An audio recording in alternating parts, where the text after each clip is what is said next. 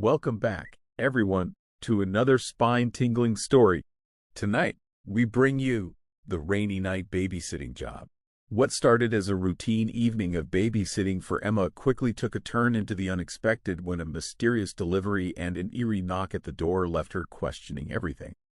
Join us as we dive into this suspenseful tale and be prepared to feel the chills of a dark, stormy night. And remember, if you enjoy suspense and mystery, hit that like button and subscribe for more stories like this. The rainy night babysitting job. Emma had been a babysitter for years, but she'd never had a night quite like this. She was watching over 3 kids, 5-year-old Lily, 7-year-old Jack, and a sweet 9-month-old baby named Max. The parents had left for a work conference and assured Emma that they'd arrange for a pizza and some baby supplies to be delivered around 7:30. Outside, rain poured down, and the windows rattled from the occasional gust of wind.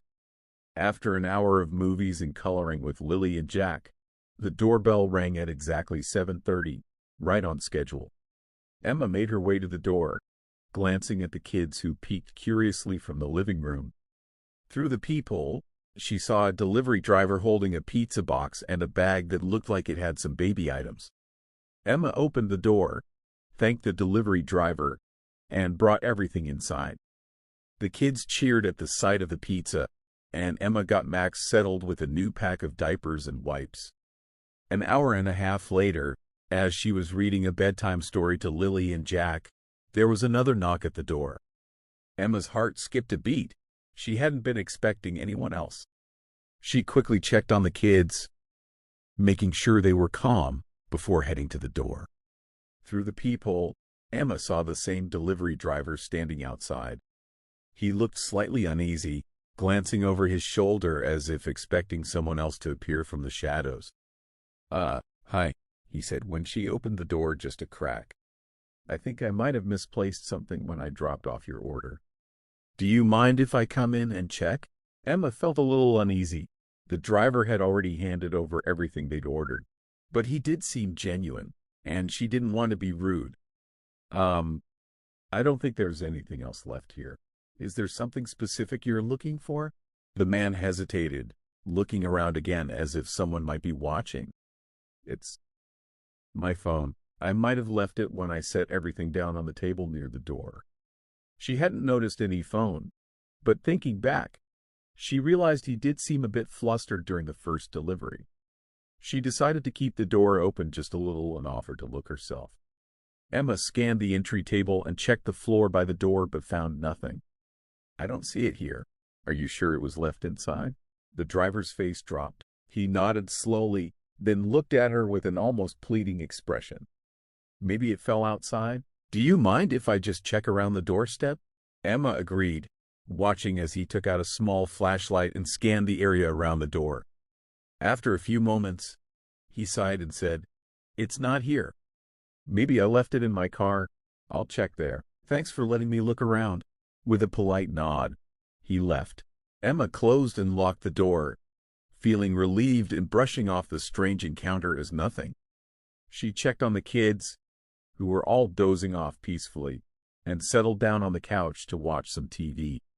But just as she started to relax, a faint scratching sound echoed from the back door, where the laundry room was. Emma froze, her heart pounding.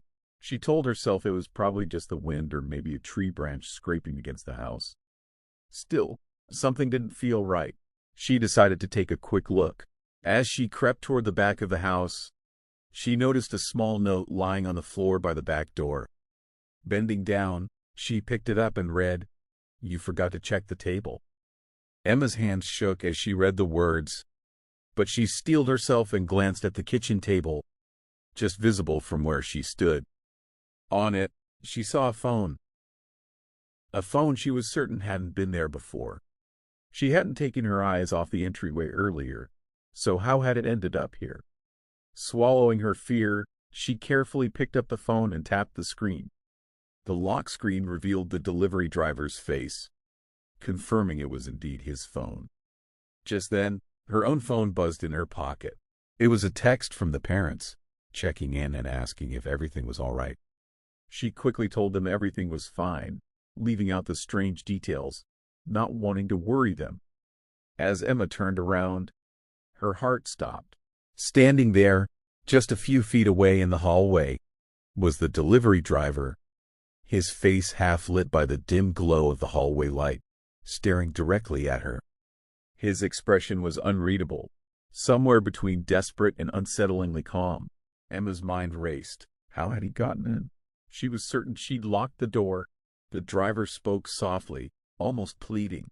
I just needed my phone, he said, his voice trembling slightly. Emma took a small step back, holding the phone out between them, feeling her pulse quicken. Take it, and please leave, she managed to say, trying to keep her voice steady. He took a step forward, his hand reaching out, but something in his eyes made Emma realize he wasn't just there for the phone. She glanced toward the kids' room, her mind already calculating her next move. The hallway felt endless as they stood there in silence, the sound of rain beating against the windows like a warning.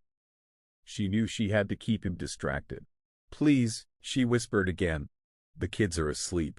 For a moment, his expression softened, but then, just as quickly, it hardened again. I'm not here to hurt you, he said, though his presence felt like a threat.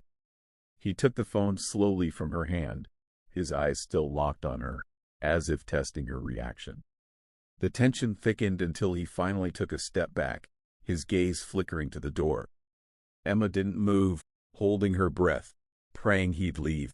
After a long, heavy pause, he nodded once, turned, and slipped out into the rain, disappearing as quickly as he had come. Emma's hand shook as she bolted the door, her eyes darting around the darkened house. She couldn't shake the feeling that he'd be back. Just then, a creak echoed from somewhere inside the house. With the tension thick in the air, Emma managed to stay calm as the delivery driver finally left, but her relief was short-lived. As she bolted the door, a creak echoed from within the house, reminding her that the night was far from over. What's next for Emma? Who, or what, could be lurking in the shadows?